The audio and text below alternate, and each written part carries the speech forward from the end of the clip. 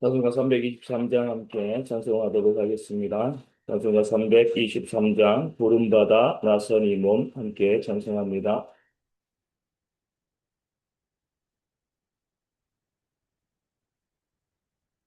찬송가 323장 부름받아 나선 이 몸 함께 찬송하도록 하겠습니다. 부름받아 나선 이 몸 어디를 뛰어오리라 외로운 나 즐거운 나 주만 따라오리니 어느 누가 막으리까 죽음이 늘 막으리까 어느 누가 막으리까 죽음이 늘 막으리까 악을 골짜 빈들에도 복음 들고 가오리라 소돔 같은 거리에도 사랑하고 찾아가서 적의 몸에 죄인 것도 아낌없이 드리리라 적의 몸 죄인 것도 아낌없이 드리리라 존귀 영광 모든 권세 주님 홀로 받으소서 멸시전대 십자가니 제가 지고 가오리라 미움 없이 빛도 없이 감사하며 섬기리라 미움 없이 빛도 없이 감사하며 섬기리라.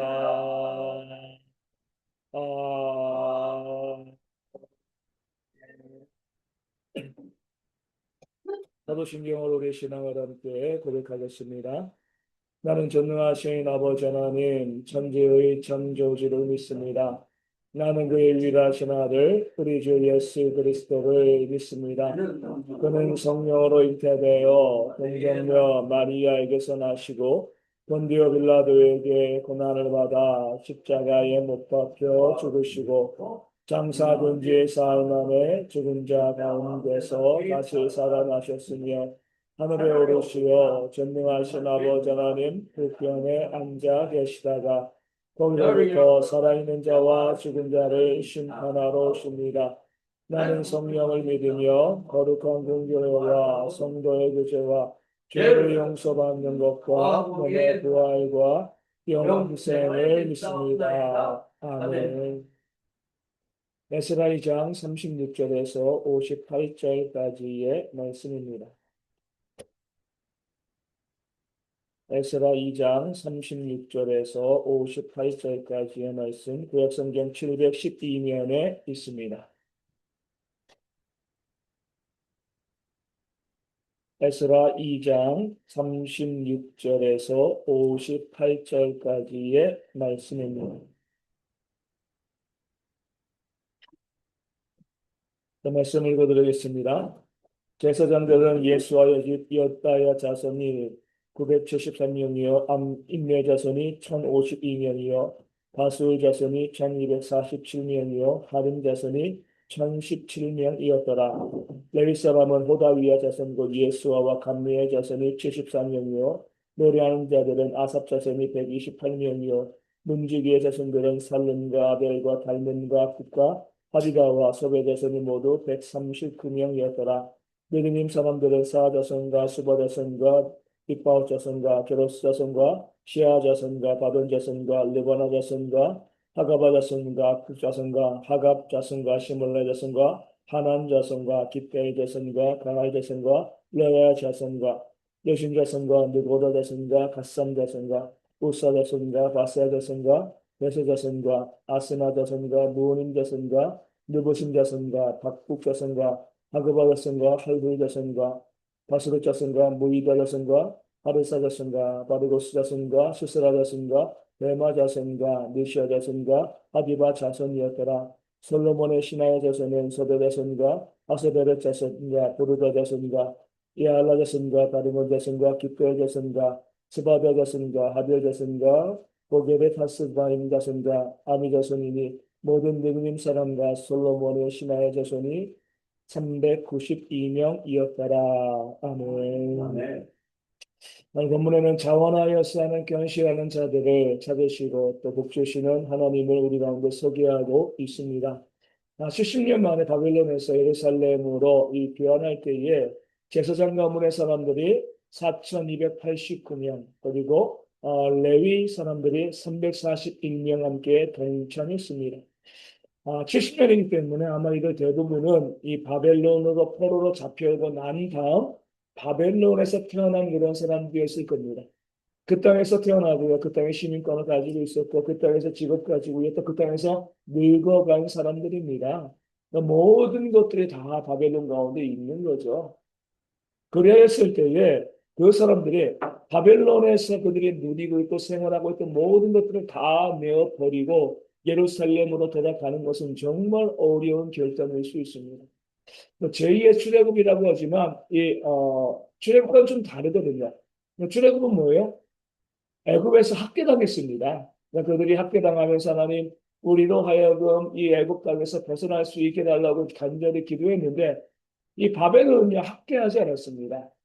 포로로 잡혀온 사람들을 능력과 대우했기 때문에 능력 있는 사람들은 그 땅에서 나름대로 성공적인 주의를 가지고요 집도 일구고 또 산업도 일구면서 그 땅 가운데 잘 살고 있었을 겁니다.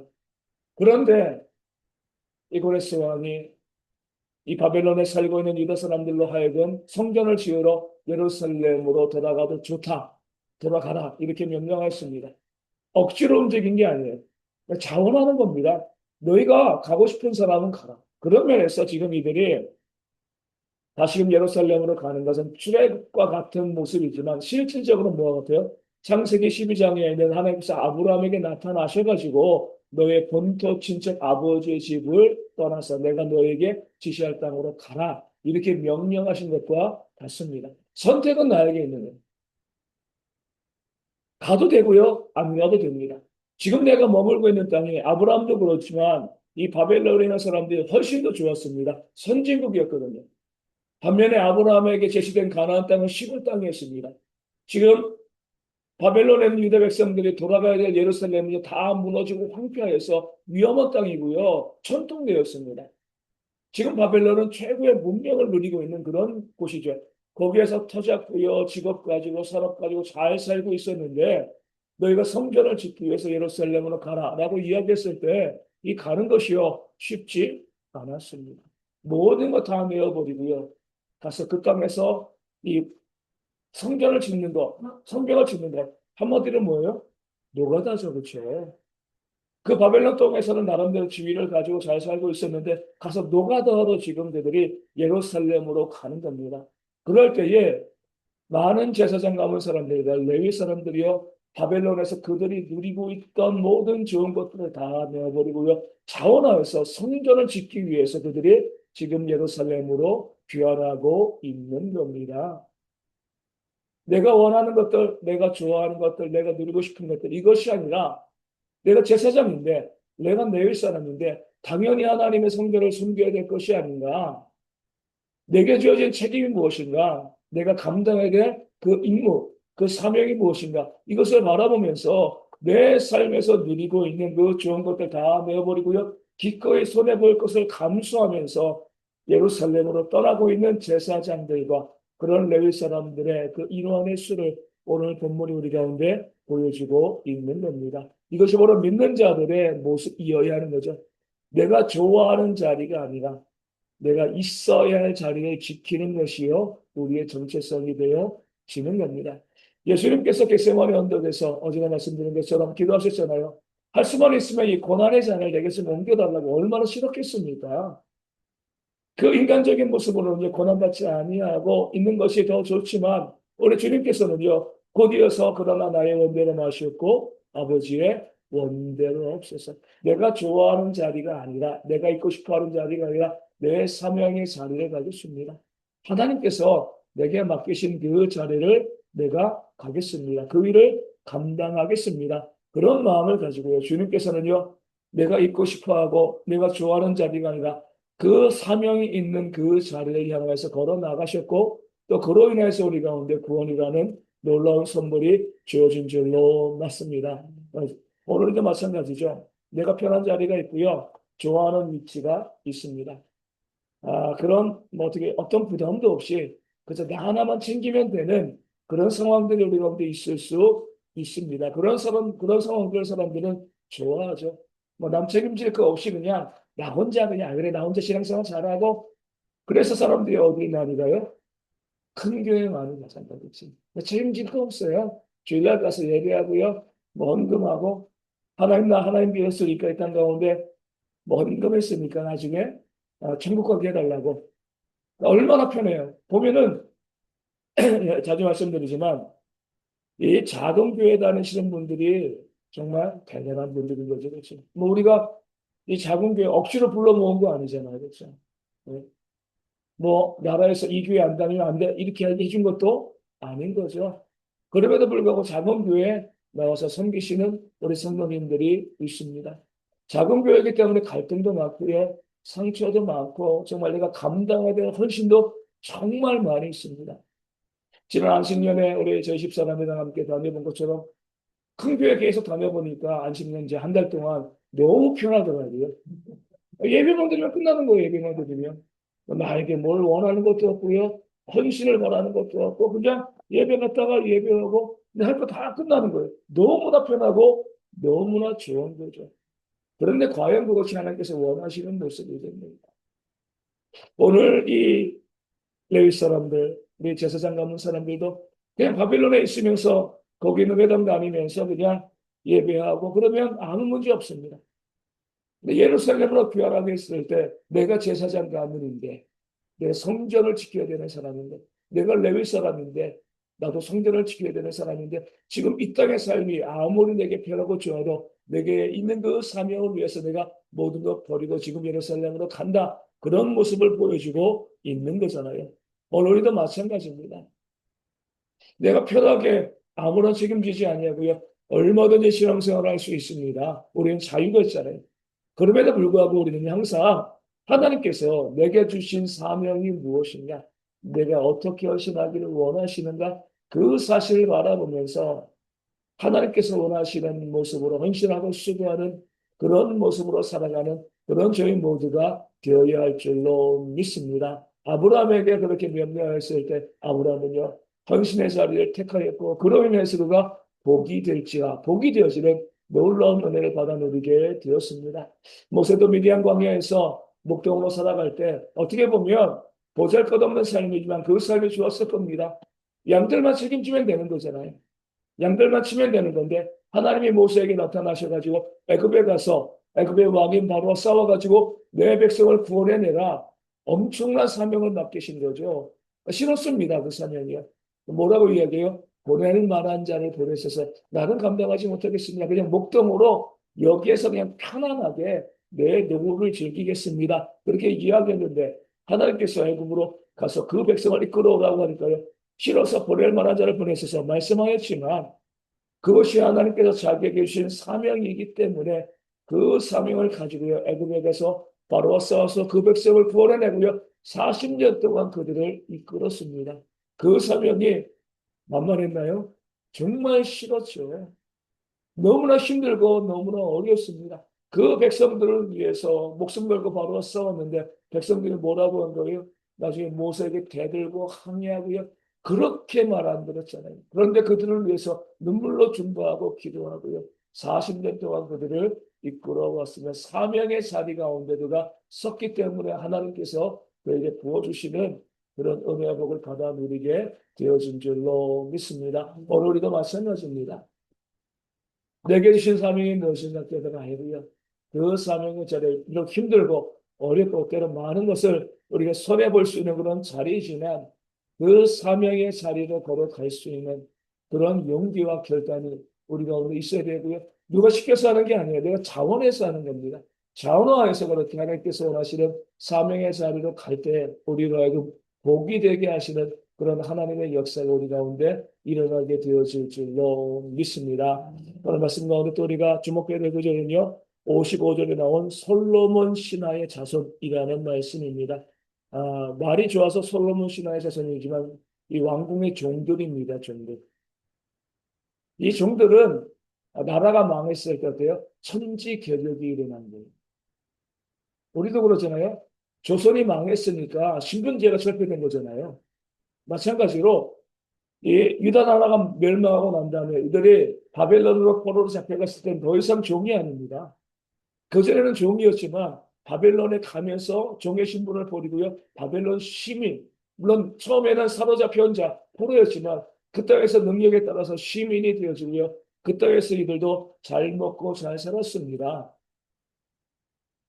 아무런 문제 없이 이제 새로운 삶 가운데 적응하며 살아오고 있습니다. 누구도 이들에게 이 종으로서의 삶을 살라고 요구하지 않았습니다. 그런데 고레스 왕의 칙령으로 인하여서 다시금 예루살렘으로 돌아갈 길이 열렸을 때 돌아가면 뭐 하는 거예요? 다시 종이 되는 겁니다. 종이었다가 바벨론에 와서 자유민이 되었는데 다시 돌아가면 또 종이 되는 거예요. 누가 돌아가겠습니까? 돌아갈 이유가 없는 거죠. 그런데도 이 사람들이 다시금 예루살렘으로 돌아가는 겁니다. 뭐하러요? 종되기 위해서. 지금 바벨론에서 잘 먹고 잘 살고 있거든요. 자유 누리고 있습니다. 그럼에도 그들은요, 그 바벨론에서 누리고 있는 모든 자유와 그 삶이 되리고요, 다시 종되어지기 위해서 예루살렘으로 돌아가는 그 귀한 문단에 그들을 자원하여서 헌신하는 그런 모습을 보이고 있는 겁니다. 한마디로 뭐예요? 사랑으로 종로를 한 거죠. 그들에게 주어진 그 자유를요, 육체의 기회로 삼지 않았습니다. 이것이 믿는 자들의 섬김의 모습이 되어야 하는 거죠. 우리가 굳이 남을 섬겨야 될 이유가 있나요? 다 우리가 뭐 종이 아니잖아요. 그렇죠? 그럼에도 불구하고 우리는 종이 아니고 자유인인데 우리가 사랑하기 때문에 우리가 종 노릇하고요. 종이 되어지는 겁니다. 그 사랑의 구체적인 표현은요. 다른 사람의 종이 되어지는 거죠. 가장 잘 알 수 있는 게 뭐예요? 우리 가정이잖아요. 그렇죠?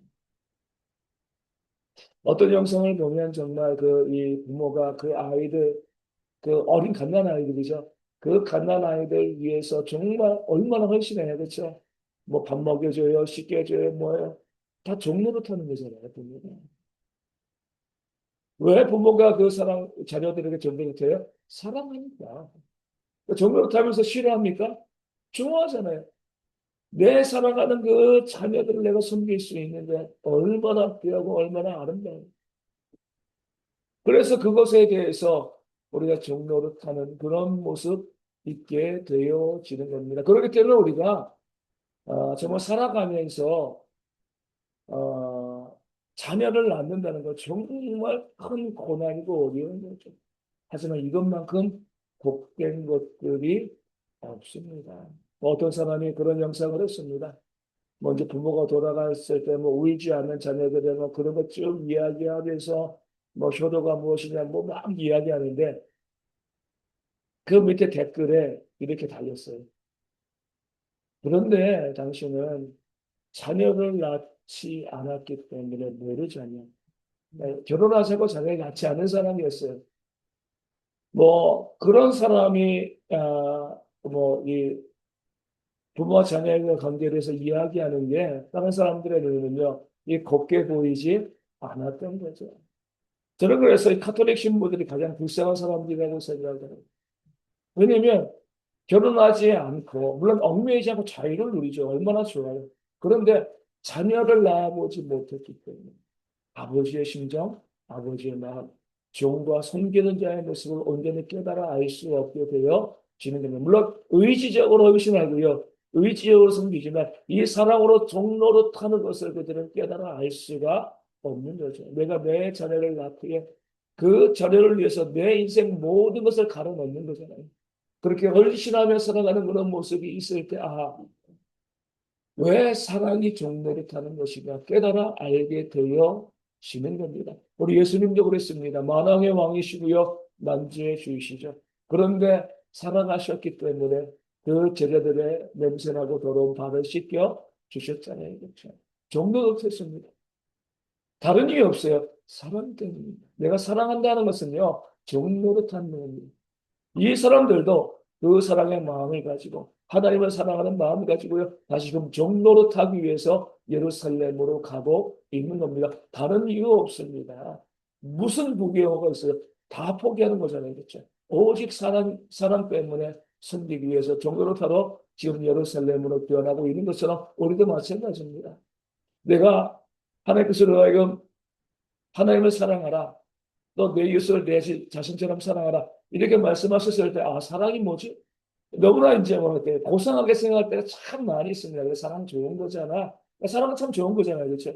그런데 정말 사랑한다는 것은요, 내가 그 사람의 종이 되어지고요, 종노릇 하는 겁니다.